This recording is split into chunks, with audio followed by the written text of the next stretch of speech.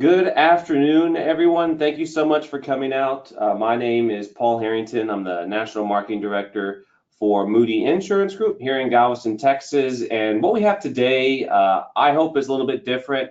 It's the summer. We're supposed to have fun, product webinars and sales pitches and all that other stuff. That's all really boring to me. I do them and I find them boring. So I hope that today you don't find what we're doing boring. We're not here to push any particular company, IMO, FMO, anything like that. We just want to have a frank discussion on what is Medicare Advantage. And to that point, if you guys have any questions throughout this webinar, when we hope you do, please just pop them into the question panel and I'll be able to address those or share them with our new guest. We got Kyle Gilreath with us. Kyle's been an agent that I've been working with now a little over, actually right about 2 years now. We met in the live space and it's kind of transitioned into this, and I'll let him explain that. So with that being said, Kyle, go ahead and introduce yourself. Hello, my name's Kyle Gilreath. I live in Auburn, Alabama, and as Paul said, he and I have known each other a little over 2 years. Started on the life side together and are creating a path of opportunity with Medicare Advantage going forward. Awesome. Well, thank you, Kyle. So to that point, I guess, you haven't always done insurance. So, I mean, what is your background in insurance in general? Well, my background in insurance is not much longer than the period of time that we talked about. I've been in insurance about 3 years. Before that, I was a builder developer, so a lot of people understand what happened in that industry. So I like to say I've always been an entrepreneur.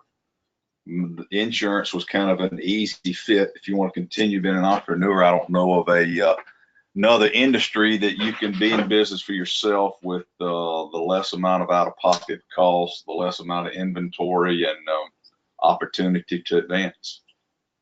Right on. And then everyone's got to specialize in something, or at least hope people specialize. So what was your kind of market that you got involved in? Well, I started off in final expense. A friend of mine who's probably on this call also, Shane Harris, introduced me to final expense. I piggybacked off his success, which he had a lot of it, and it gave me an instant opportunity for income that I saw quicker than other types of insurance that I looked at 3 years ago. Right on. And Kyle can be a little humble. You were quite successful in final expense, I remember. Well, yeah, Paul. I mean, obviously, you're right. It was an easier transition for me than I really thought.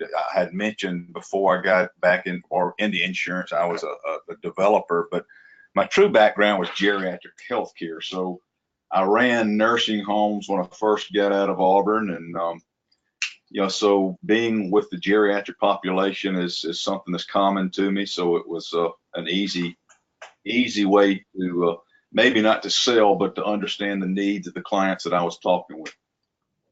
Excellent.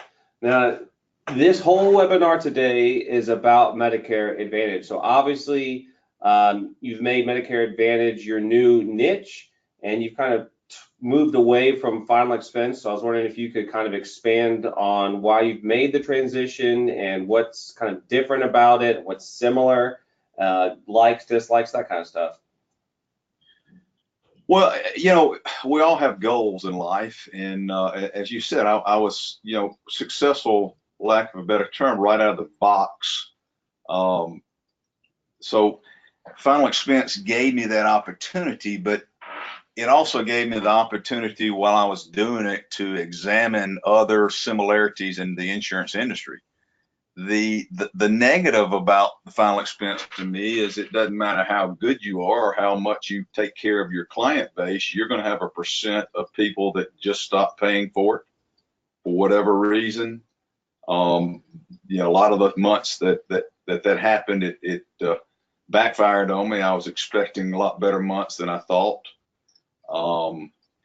Looking at the future of of renewals, which is really the big draw for insurance, because you want that free money rolling in once you've established yourself and produced. I never felt that it was going to be where I had anticipated it to be. I examined the Medicare Advantage side of the industry. I didn't see much of a difference in the clientele I was calling on. And frankly, Paul, I mean, you know, when you look at it and really examine it, some of it doesn't even cost the clients a dime to have a Medicare Advantage product. So it was an easy sell. You know, here a year or a little over a year into it, my renewals will be where I want them to be. The people the drawback of losing commission because people stop paying for it or don't want it is not there, because frankly, life insurance is driven by want, where Medicare is driven by need. That's a great point. And to that point, I mean, and it's the first question I asked you when you called me, and that's, what the hell is Medicare Advantage, and how is it different than Med Sup, and why does it exist? What's the point of Medicare Advantage? You know, is it a government program? Is it private? What is Medicare Advantage? Well, it's a mix of everything you've talked about, but there's three decisions that anyone that has Medicare has. Original Medicare, which is simply an 80-20 insurance product that, again, the customer is responsible for 20% of the cost, where Medicare pays 80% of the cost, unless there's some subsidies with that. If someone has some what's called LIS from the federal government, or Medicaid from the state government to help on that 20%. You have Med Sub, which is a product that you're paying for. You're paying out of pocket monthly for the right to have that product. And by the way, with that product at age 65 to 68, there is no medical conditions that you can have that would exclude you from that product. After 68, you do have to qualify for a Med Sub. Med Advantage seems to fit a market that is going to be, not just Kyle's opinion, if you look at the statistics, the growing market for Medicare. You have HMOs, PPOs. You have several choices depending on the counties and the states that you live in and sell in. And a lot of the HMOs are getting to where this is a no-cost monthly. The monthly cost or the monthly premium is zero, and the companies have already negotiated with the hospitals, the doctors, or whoever it may be, a set price. So there's also a set price on the consumer side for whatever condition or ailment that they might have, what their out-of-pocket cost would be to have a Medicare Advantage product. So, why would I get Medicare Advantage instead of Med Sup? Well, that's that's a question that would, could be a financial question, could be a where you live question, because Med Advantage is growing and will not go into certain areas until they have the network deep enough and big enough to take care of the base of clients that they're expecting to have. A Med Sub is, again, a Med Sub is going to cost you, it's kind of an a la carte program that you pay for your A and B, or your Medicare part of it. If you want to add a drug plan, you have to pay for that. If you want to add dental, or if you want to add vision or anything a la carte on top of that, it's going to cost you so much per month. It's a fantastic product, but there is a monthly cost involved with that, and that cost goes up, not necessarily on an annual basis, but it's going to have a price increase every now and then. Okay, that makes sense. And I guess is, I mean, as far as the story of Medicare Advantage, I feel like more people know about Medicare stuff as opposed to Med Advantage, and obviously it's growing. Do you like? Is there a particular reason why it's growing, or that you can tell? Because I have no idea. Okay. Well, first of all, Med Advantage and Original Medicare both have been around since the creation of Medicare in 1965. So the odds on people hearing about it, there is almost a 40-year window of the product existing before Med Advantage. So that's one reason why. Med Advantage is the newer of all the Medicare options. It started somewhere around 15 years ago. It is growing faster than any other product. You probably have some projections there that you can share with the audience on where it will be in maybe 5 and 10 years from now, if you have that. But the growth rate is higher than, like I said, than the other two. I've seen charts where in 5 years there's been projections for it to become the larger of the three options out there. But at this point in time, it's like I said, it's the newer. It will not go anywhere until it has a sustained capacity to support the customer base inside of a network. So the reason most people hadn't heard about it is because it's much newer than the other two. Okay. And, for me, when I'm talking to agents all the time, once we hit the fourth quarter, I'll see a good chunk of my agents just stop producing with us on the life side and the annuity side because open enrollment happens. So is this also an open enrollment product? And if it is, can I sell it outside of open enrollment? Is there weird rules, kind of like with Medicare and ACA plans and that kind of stuff? First of all, great question. The answer to that is yes on all of them. You do see a lot more sales happening. I don't know the exact percentage, but probably well over 50% of the sales in Medicare happening during open enrollment, which is October the 15th through December the 7th. It can be sold year round if you specialize in the clientele that can enroll in a product outside of open enrollment. So you can market to dual eligible clients that can make decisions and change plans outside of open enrollment. You do have people turning 65 all the time. In fact, I think I read where there's like 10,000 Americans turning 65 every day now. So T65s, obviously, that's the introductory to Medicare, so they get to make a decision also outside of open enrollment. But there's ways to market it year round, and Paul, that's kind of what you and I've talked about and why that my business has grown, because I'm actually selling as much right now as I do in open enrollment. I didn't know that part. Interesting. Okay. And I guess, everything's got a couple flaws in there. What would you say the glaring flaws of Medicare Advantage, whether it's the product itself, the process, or something larger than that? What would you say kind of the biggest problem with Medicare Advantage is today? I think the biggest problem with Medicare Advantage, probably the biggest problem with Medicare itself, is just the understanding of the product. I think maybe it's the government, maybe it's us, maybe it's the people in the insurance industry, but the consumer does not understand Medicare, the average consumer in the United States, and it's through education.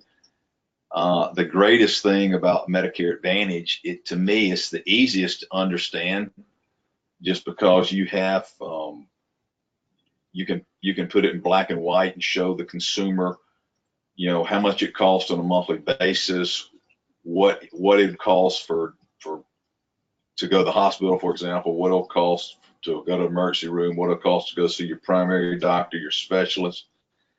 Everything's in black and white, and much easier to understand than it used to be, and obviously that's what I specialize in. So talking about it is very comfortable when I talk to my client base. And then I was just thinking, or I'm about to move on to cross-selling, but what would you, if you could describe your average client, what is an average client as far as income, medical, I guess well-being is the word I'm going to say. How healthy are they? What kind of people are you working with in this market? And would you say your market is similar to everybody's, or you've specialized in a particular niche? Well, my market's similar to everybody's, but and the answer is both. But the average person in Medicare, 95% of the people that have Medicare are going to be 65 years old because that's how the process starts. You do have a percentage of people under that age through disability and some other format that are also going to be in Medicare. So that would, that's the client base itself that is in Medicare.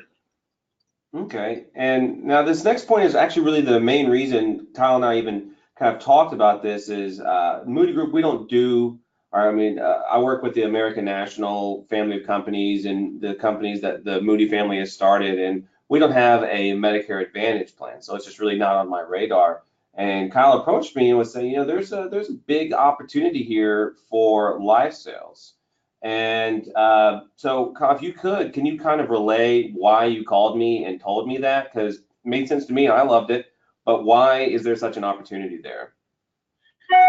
Well, back to the original question with me, Paul, you asked why I chose what I chose in the insurance business, and that was final expense. Final expense is a product that's sold to mainly to people 50 and above, with a good percent of that being at close to the 65 age group. So that would be the same age group where Medicare is. Yeah, cross-selling is obviously big because you can sell more than one product to your customer base.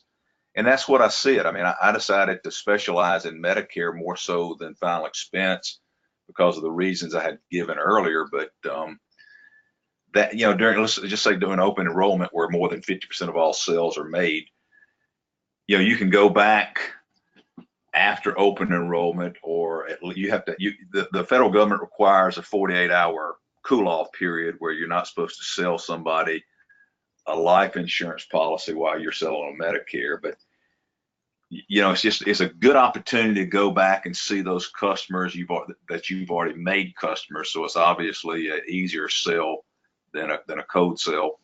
So my customer base in final expense again was 50 and above. My average customer was much closer to 65. I can't say that in the industry. So I'm marketing my product to the same customer. Myself, I have always bought leads, and I specialize in leads. The cost of the leads per lead on Medicare versus final expense was another decision that got me into the Medicare product, just because my return on investment in getting my leads was much easier. And again, the client that I'm calling on is not much different. Right, and I was going to actually ask you about that. So you obviously kind of run driven off leads that you buy. So is it a weekly thing? Do you get a fresh batch every Monday? I remember those conversations from final expense days where I got my batch, I'm gonna go work them. Is it a pretty similar setup with Medicare? Pretty similar. One of the perks is I say I buy them weekly, but sometimes I get such a return back that I might take a couple weeks off just so so they'll be fresher than if I keep buying on a weekly basis. But yeah, the way I do it is much more lead driven. I mean, there is other ways to do this business, but that's the way that I specialize. Right on. And then I guess my last question for me personally, and then I'm going to open it up to the floor, and that's, do you foresee yourself kind of sticking with Medicare for the long run, or until there's a new shiny object, or what's your long-term goal with Medicare Advantage and your personal practice at the Go With Group? Well, I hope that I live long enough to see a new shinier object, but back to a point where everybody sees that there's 10,000 people turning 65 each day. We all understand that healthcare is a huge market. And if you look at the graphs on how Medicare Advantage is growing within the Medicare marketplace, that is the new shiny object. And I don't see the end anytime soon. Wonderful. All right. Well, with that, I'm just going to go ahead and open it up. So if you have any questions, in particular about Medicare Advantage, please fire them into that question box. I do have one, and Kyle, they want to know, you've mentioned several times that it's premium free. Can you elaborate on that? Okay, now I said that there are products that are premium free. That does not mean every county or every state might have those particular products, but I'll say 90% of what I sell is a premium, monthly premium free Medicare Advantage product. So that's what makes the sale so easy. Is you can go in there and almost say that you're not selling anything, but it depends on what company. There's a lot of great companies out there. I don't know what each monthly premium would be. There's hundreds of different products itself, from if you're talking about United Healthcare, if you're talking about Humana, if you're talking about Cigna, or any of the more local PPOs or HMOs out there. They all have their product, and I'm not familiar enough with all of them to tell you what's going to work in, say, Texas or New Mexico versus Alabama. But right here we have some products that, in fact, if this is an HMO1, which means that the consumer is a zero premium product with United Healthcare, or the HMO S&P is also a zero premium with United Healthcare. So in Alabama, where I live and sell 90% of the time, I am licensed in a few states around here, the premium is zero. So it's easier to go to, but not necessarily that's going to be the case in every state. All right, awesome. Let's see. Someone asked, if a client wants a Medicare Advantage product, do they need to have Medicare A and B? The answer is yes. It only works with A and B. And you do run across a lot of people out there that only have one of them, and there's nothing you can do there. You do have to have A and B in order to be in a Medicare Advantage product. Perfect. And then you mentioned the 48-hour rule. Can you kind of elaborate that on the relationship between life insurance and Medicare Advantage? Paul, I don't know where I've never seen it necessarily in stone. One of the things, you have to be compliant in Medicare, so you have to take a test on an annual basis, and I'm pretty sure it's mentioned on there. I just know there's a 48-hour cool-off period. I can't tell you exactly why, where I know it and how I know it, but that's to protect the consumer from just too easy of a sell. I mean, especially if you think about the hypothesis of selling somebody something that's zero, and then you turn around and say, well, let's do a $50 final expense product. I guess it's just too easy. So it's something out there to protect the consumer. I mean, that makes sense, especially if you're selling a, government semi-backed product, and then you come in with something that has nothing to do with the government. Okay, well, there are no other questions as of right now. So, Kyle, I do want to thank you very much for this. I've got Kyle's contact info up on the screen. He'd be more than happy to, and I don't want to speak for him, but to give him a call, shoot him an email. I'm here too. I'll say right now that Kyle is the go-to guy when it comes to Medicare Advantage. I'm not as versed as he is. So again, Kyle, thank you so much for participating, and we hope you have a wonderful rest of your day. Appreciate it, Paul. Thank you.